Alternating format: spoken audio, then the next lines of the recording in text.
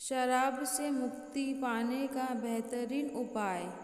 एक समय एक शराबी संत के पास गया और विनम्र स्वर से बोला, गुरुदेव, मैं इस शराब के सेवन से बहुत ही दुखी हूँ। इसकी वजह से मेरे घर बर्बाद हो रहा है, मेरे बच्चे भूखे मर रहे हैं, किंतु मैं शराब के बगैर नहीं रह पाता। कृपया आप मुझे कोई सरल उपाय बताइए जिससे मैं अपने घर की शांति फिर से पा सकूं। गुरुदेव ने कहा, जब इस शराब से तुमको इतना नुकसान होता है तो तुम इसे छोड़ क्यों नहीं देते। व्यक्ति बोला, मैं शराब को छोड़ना तो चाहता हूँ, पर यही मेरी खून में इस कदर समा गई है कि मुझे छोड़ने का नाम ही नहीं ले रही है। गुरुदेव ने हंसते हुए कहा, कल तुम फिर आना, मैं तुम्हें बता दूंगा कि शराब कैसे छोड़नी है।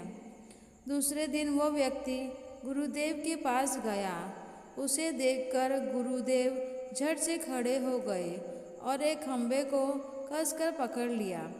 जब उस व्यक्ति ने गुरुदेव को इस दिशा में देखा तो कुछ समय तो वो चुपचाप खड़ा होकर देखता रहा, पर जब काफ़ी समय बाद भी गुरुदेव ने उस खंभे को नहीं छोड़ा तो उससे रहा नहीं गया और पूछ बैठा कि गुरुदेव, आपने व्यर्थ ही इस खंभे को पकड़ कर रखा है। गुरुदेव बोले, वास्तव में मैंने इस खंभे को नहीं पकड़ा कर रखा है, ये खंभे ने मुझको पकड़ के रखा हुआ है। मैं चाहता हूँ कि ये मुझे छोड़ दे, लेकिन ये मुझको छोड़ ही नहीं रहा है। उससे व्यक्ति को ताज्जुब हुआ और वो बोला, गुरुदेव, मैं शराब ज़रूर पीता हूँ, मगर मूर्ख नहीं हूँ। आपने ही जानबूझकर इस खंभे को कसकर पकड़ रखा है। यह तो निर्जीव है, यह आपको कैसे पकड़ेगा। यदि आप संकल्प कर ले तो इसी वक्त उसको छोड़ सकते हैं। गुरुदेव बोले, नादान मनुष्य, यही बात मैं तुम्हें समझाना चाहता हूँ कि जिस तरह मुझे खंबे ने नहीं बल्कि मैंने ही उसे पकड़ रखा था, उस तरह ही शराब ने तुम्हें नहीं पकड़ा है, बल्कि सच तो ये है कि तुमने ही शराब को पकड़ रखा है।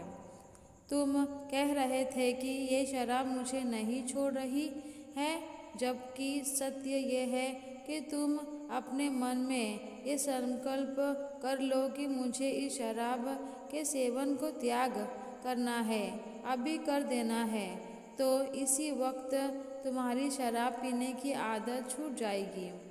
वह शराबी गुरु के इस अमृत वचनों से इतना प्रभावित हुआ कि उसने उस वक्त भविष्य में कभी शराब न पीने का दृढ़ संकल्प किया।